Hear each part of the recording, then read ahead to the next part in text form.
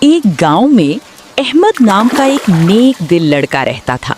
وہ ہمیشہ دوسروں کی مدد کرتا اور سچ بولتا تھا۔ ایک دن وہ اسکول جا رہا تھا کہ اسے راستے میں ایک بوڑھا آدمی ملا جو بہت کمزور تھا۔ احمد نے فوراً اپنا بیگ ایک طرف رکھا اور اس بوڑھے آدمی کو سڑک پار کروانے میں مدد دی۔ بوڑھے نے دعا دی اور مسکرا کر کہا، بیٹا، نیکی کا صلہ ضرور ملتا ہے۔ چند دن بعد احمد کا امتحان تھا۔ وہ بہت محنت کر رہا تھا، مگر اسے ڈر تھا کہ شاید وہ اچھے نمبر نہ لے سکی۔ امتحان کے دن وہ پورے اعتماد ہو کر گیا اور سوالات بھی آسان لگے۔ جب نتیجہ آیا تو احمد نے پورے اسکول میں پہلی پوزیشن حاصل کی۔ اسی دن وہی بوڑھا آدمی اسے دوبارہ ملا۔